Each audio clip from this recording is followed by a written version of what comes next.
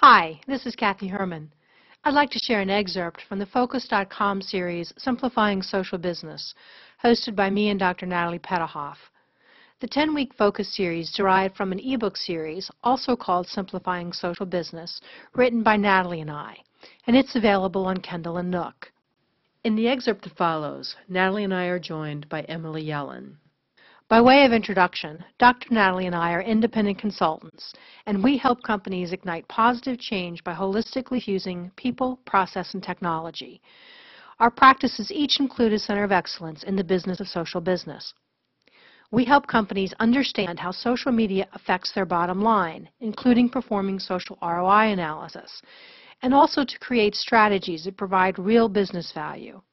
Our diverse experience helps companies optimize customer relationships, grounded in the ways real people relate and do business with each other.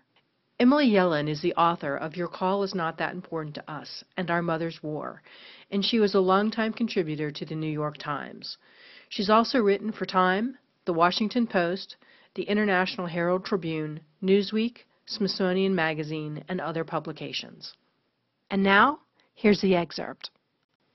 Customer centricity is a topic I really wanted to have as a part of our roundtable series, and it's something that we focused an ebook on in our ebook series because I think there's some discussion around customer centricity within some of the social CRM thought leaders that I find a little bothersome, because something that you very commonly hear in those circles is in today's world, the customer is in control of the relationship with the company.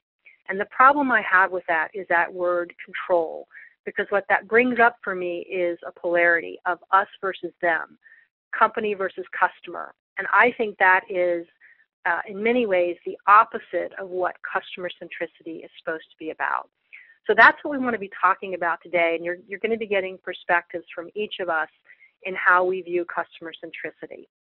So I'd like to go ahead and just start off the discussion by giving you my perspective. And for me, the healthiest relationships of any kind are the ones where both parties are holding equal power and they're striving to build a win-win dynamic.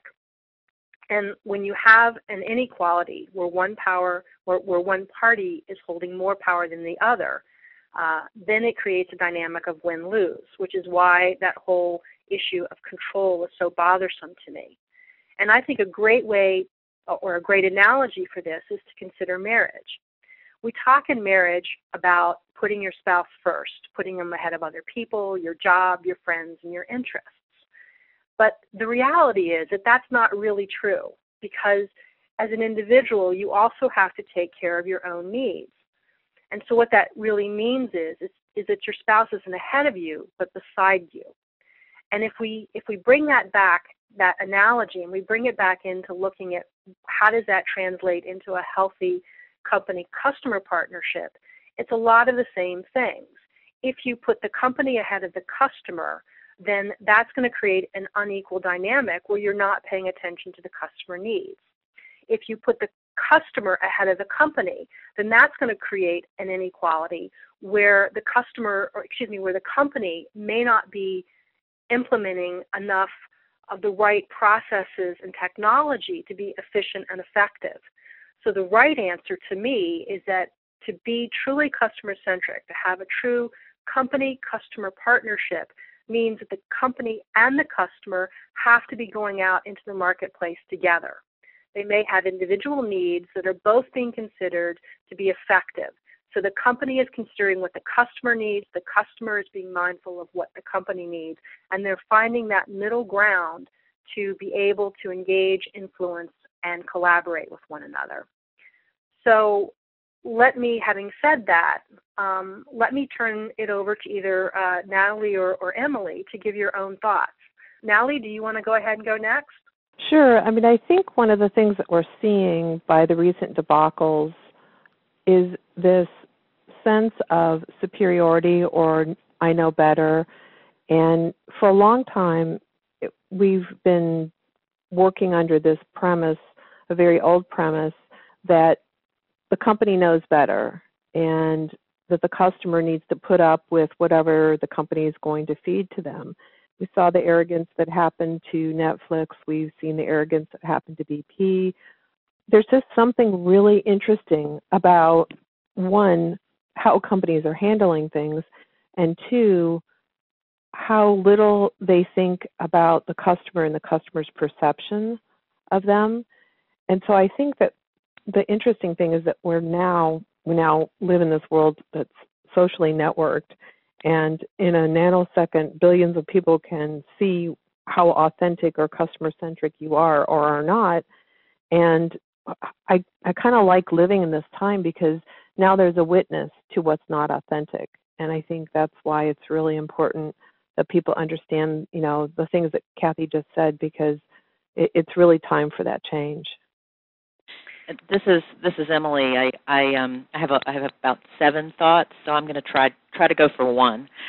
I think I obviously I agree with both of you very much, and the only thing I would say is the analogy of it being like a marriage. The only thing is the customer is the one paying, and I think it's really important to keep that in mind, especially when it comes down to things like a customer service interaction. Because if it's this idea, and I know we're talking about social media, and certainly in social media there is sort of a level playing field between representatives of a company and a customer, but I think it's really important just to keep in mind that the person who is the customer is not getting paid for any time they spend with a company. The person who is representing the company is getting paid. So there is actually more of a responsibility, I believe, on a company for the relationship in a certain way. So that would be one thought I have. And I think when you look at it from the company's point of view, one thing I always ask is, what if the head of customer service were paid second only to the CEO in a company? I love that. I think they should be the CEO. I'm serious. Right. I love it. I've also asked that usually, and a lot of times I'm talking to groups of heads of customer service, and they say, I like that idea. But, I mean, what I'm saying there is, what if that were the dynamic, and if everyone, instead of saying, well, what's legal going to think, or, what's marketing even going to think, they thought, what's customer service going to think? And if people had to think that way within a company, I think that would change things in a lot of ways too. Hi, this is Kathy again. Natalie and I hope that you enjoyed the excerpt. If you want to know more, then visit your Kindle or Nook store to buy the Simplifying Social Business ebook series. Emily's book, Your Call Is Not That Important to Us, is also available on Amazon and Barnes & Nobles. Thanks so much. Bye now.